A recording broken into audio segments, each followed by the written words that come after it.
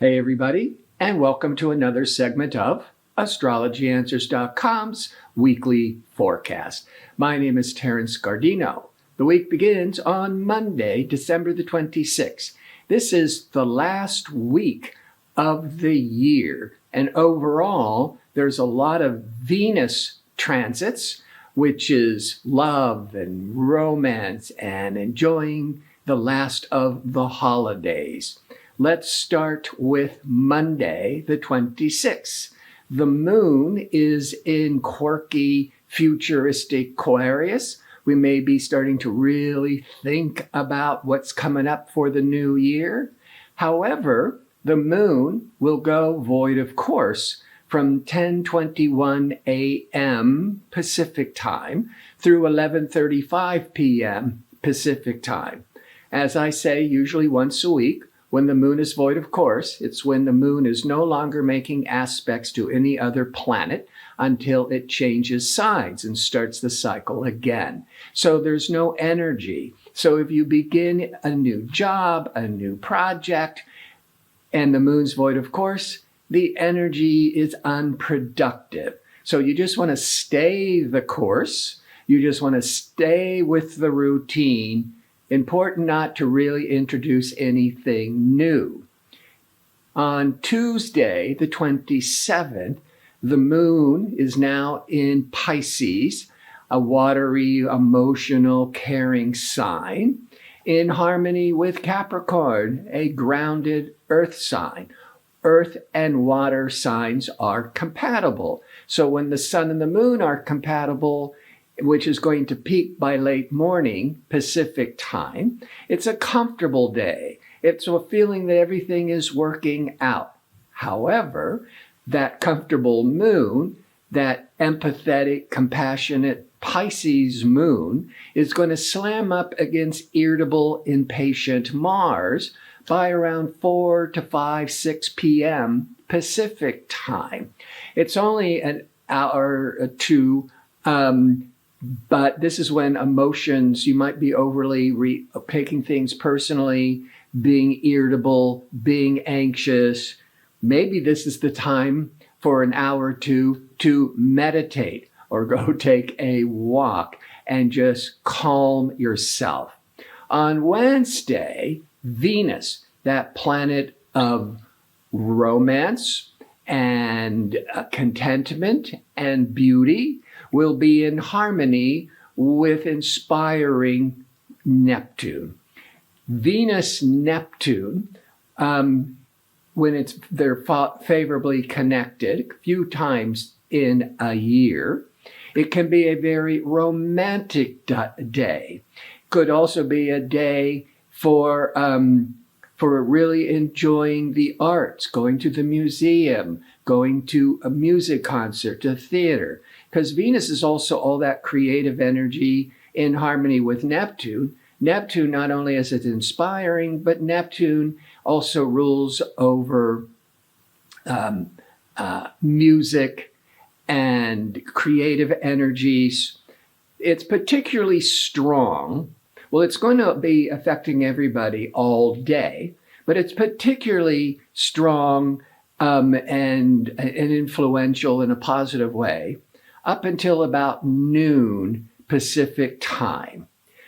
The moon will then be crossing over Neptune by 2 to 3 or so p.m. Pacific time.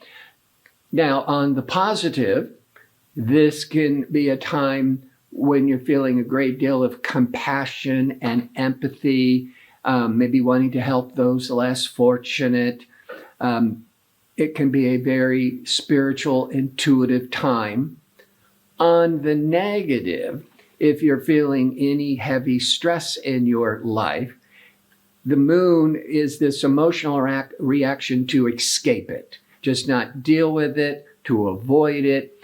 And unfortunately, some people just want to disappear, lock themselves into a room and not deal with anybody, which may be a good thing, actually, to just kind of decompress and do a lot of more soul searching. On Thursday, the 29th, actually about 1:26 a.m. Pacific time, communication Mercury goes retrograde once again in the sign of practical, sensible Capricorn, which makes things overall a little easier. When Mercury is retrograde until January the 18th, where there's more of a tendency of misunderstandings, miscommunications, but also forgetting things, losing things. The general mantra is don't sign any contracts. In other words, don't make any commitments or promises. That's the Mercury when Mercury's in retrograde, because usually it's you don't have all the information, which is Mercury, or the information is not clear or hidden. That's the retrograde. And so you don't want to commit to some arrangement, some agreement when you don't have all the information. However, as Mercury is going retrograde, and that can be a bit unsettling with what do I do? What can I expect?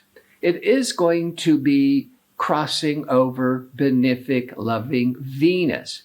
So this is actually could be a good day for reconciling relationships, forgiving relationships, having a close relationship with the retrograde. Says, can we talk about what has happened in the past? That's the retrograde, and clear the air, apologize, and forgive. Also on Thursday, when Mercury is going retrograde, the public moon enters into fiery, ambitious Aries. Actually, now that can bring a lot of jumping the gun, jumping to conclusions, because that impatient Aries moon with that misinformation of Mercury in retrograde. But in the positive, it can give you more of the courage to really want to apologize and make sure that you're all on the same page. On Friday, the 30th, the moon continues in Aries. There are no other important planetary events, so it can be just a very active day. Maybe running a lot of errands, getting ready for New Year's Eve celebrations. But around 10 to 11 p.m. Pacific time, which is really late. However, we're going into the New Year's Eve weekend, and there's going to be a lot of people already starting the celebrations and are going to be wide awake, a lot of people, by late evening Pacific time. And that is when that fiery, assertive, impatient moon in Aries is going to be frustrated by a retrograde Mercury. And so very really jumping to conclusions, being argumentative, being irritable. So if you are drinking too much, you could be triggered with an argument. But again, this too shall pass. And it's only for like an hour or two, late Friday the 30th. So we wake up Saturday on New Year's Eve, and the moon is leaving fiery, impatient Aries and goes at 9:09 a.m. Pacific time, enters into calming, steady, sensible Taurus. Taurus is an earth sign, keeping us more grounded, more stabilized. And so actually, this is a good sign for the moon to be in for the New Year's weekend.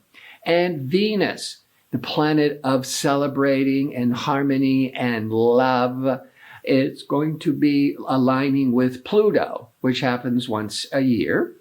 And that Pluto triggers a lot of intensity with the Venus. Basically, what this means is you want when it comes to relationships from friendships to your life partner, your spouse, and it's going into, coming up to the big celebrating festivities, that Venus-Pluto is really urging and motivating more intimacy, more passion, more depth. Some people may decide that they are madly in love. They could be infatuated with somebody new. It is New Year's Eve.